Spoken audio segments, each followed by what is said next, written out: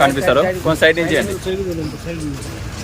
అన్న అన్న అన్న రవణ రైట్ కొద్దిగా ఇంటికి వస్తే అందరూ సపోర్ట్.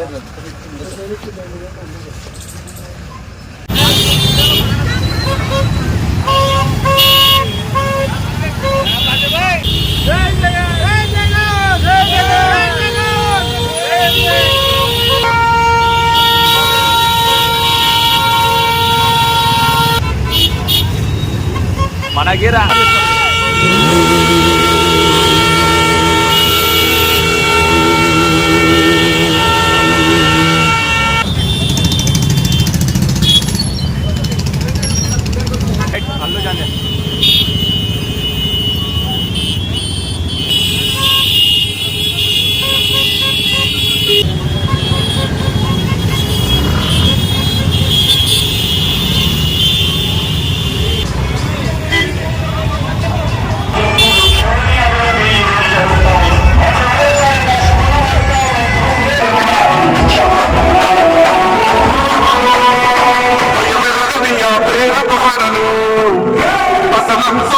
ఎవడికి మెడలో ఆయన ఎదురుగా పడుతున్నది కడలు వేసుకుంటారురా తప్పక చెడలు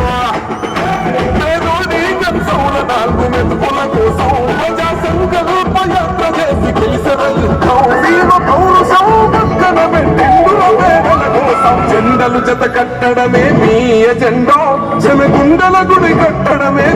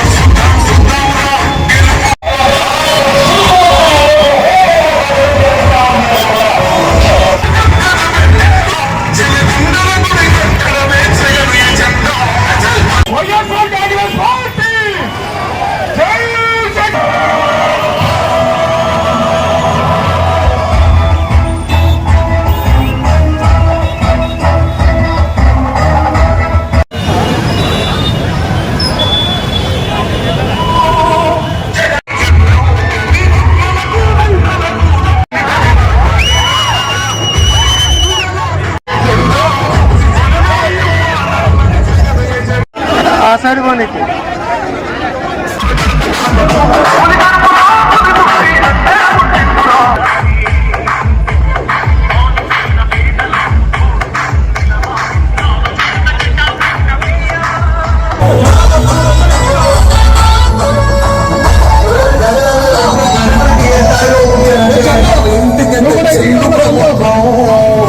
మా చేతికి చెందుల పథకం చిందుల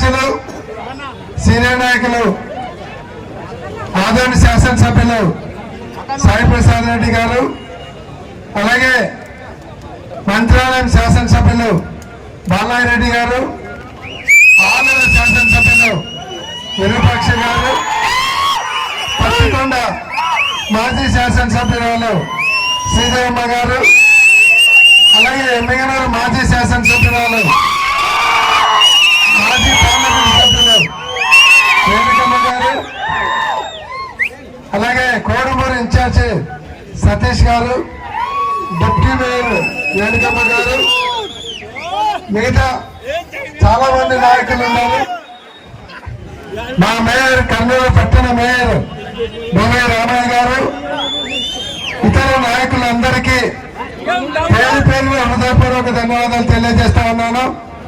ఈరోజు ఈ ప్రోగ్రాం ఫీజు రియంబర్స్మెంట్ చెల్లించకుండా 3,500 కోట్లు బకాయిలు పెట్టినందుకు, అలాగే నిరుద్యోగులకు ఇస్తానన్నటువంటి 3,000 రూపాయలు అంటే పోయిన 9-10 నెలలు 30,000, రాబోయే 36 నెలలు అంటే దాంట్లో కూడా బడ్జెట్ పెట్టలేదు కాబట్టి అదొక 36,000, 66,000 ప్రతి నిరుద్యోగికి అప్పు చెల్లించేలాగా ఒత్తిడి తీసుకొని రావాలని, అలాగే ఏదైతే రైతులకు ఇస్తామన్నటువంటి 20,000 రూపాయలు రైతు బంధు కార్యక్రమానికి, అలాగే ఏదైతే మహిళలకు ఇస్తామన్నటువంటి 1,500 దాన్ని ఇంప్లిమెంట్ చేసేలాగా ప్రతి ఒక్కరికి ఇచ్చేలాగా దాని మీద కూడా ఒత్తిడి తీసుకోవడానికి, ఏవైతే మీరు సూపర్ 6 హామీలు అలాగే 20 లక్షల ఉద్యోగాలు కల్పిస్తామని చెప్పి ప్రజలను మోసం చేసి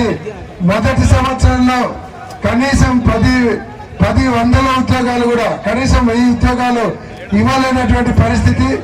కాబట్టి ఇన్ని రకాలుగా మోసం చేశారు. తక్షణమే నిరుద్యోగ భృతి, విద్యార్థులకు ఫీజు రియంబర్స్మెంట్, అమ్మకు తల్లికి వందనం కింద ప్రతి పిల్లవాడికి 15,000 పోయిన సంవత్సరం ఎగరగొట్టారు. ఈ సంవత్సరం బడ్జెట్ లో కూడా తక్కువ పెట్టారు. కాబట్టి పోయిన సంవత్సరాన్ని ఈ సంవత్సరాన్ని కలిపి ఇచ్చేలాగా ప్రభుత్వం మీద ఒత్తిడి తెచ్చేదానికి జగన్మోహన్ రెడ్డి గారి పిలుపుకోతో ఈ కార్యక్రమానికి ఏర్పాటు చేయడం జరిగింది. దీనికి విచ్చేసి దీన్ని విజయవంతం చేసినటువంటి నాయకులకు, కార్యకర్తలకు అందరికీ పేరు పేరున ధన్యవాదాలు తెలియజేస్తా ఉన్నాను. ఇప్పుడు మంత్రాలయం శాసనసభ్యులు బాలాజీ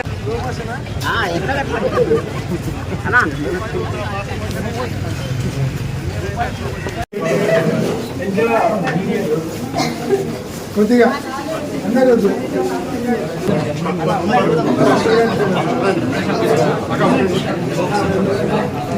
ప్రెజెంటేషన్ ఎక్కడ ఉంది?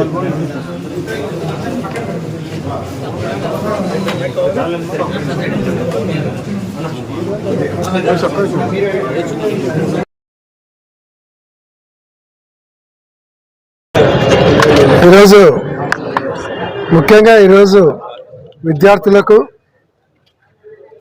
చంద్రబాబు నాయుడు చేతిలో మోసపోయినటువంటి నిరుద్యోగ యువతకు, అలాగే అమ్మఒడి ఇస్తానని చెప్పి తల్లికి వందనం చేతిలో చంద్రబాబు నాయుడు చేతిలో మోసపోయినటువంటి తల్లుల కోసం, ఏదైతే 1,500 ఇస్తానని మోసం చేసినాడో అటువంటి అక్క చెల్లెమ్మల కోసం, వాళ్ళందరూ ఏదైతే రైతన్నలకు 20,000 మోసం చేసినాడో చంద్రబాబు నాయుడు రైతన్నల కోసం,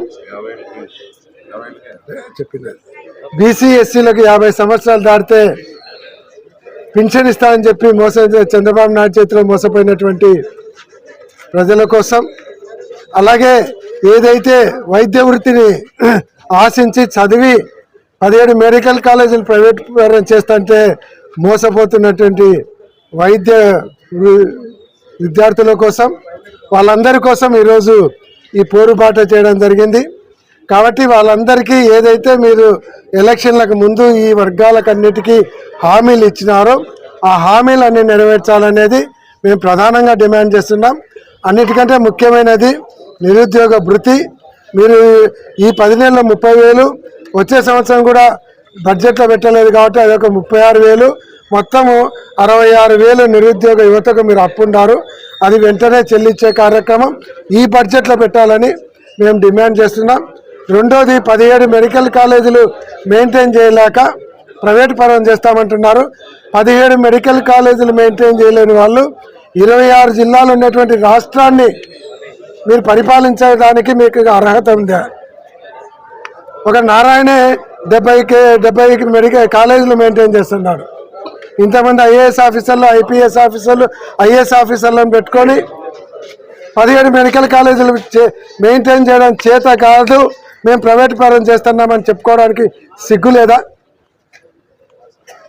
నీ 40 సంవత్సరాల మీ అనుభవం ఏమైంది గాడిదలుగా నీకే?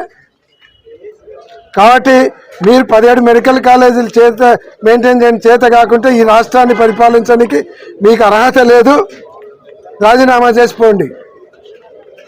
లేదంటే 17 మెడికల్ కాలేజీ గవర్నమెంట్ తరఫున ఓపెన్ చేయండి.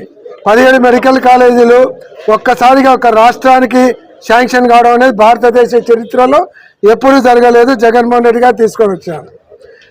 ఈ కాలేజీ తెచ్చినటువంటి కాలేజీలు ప్రైవేట్ పరం చేయడం, మాకు మెడికల్ సీట్లు వద్దు అని చెప్పినటువంటి ముఖ్యమంత్రి కూడా భారతదేశంలో మీరు ఒక్కరే.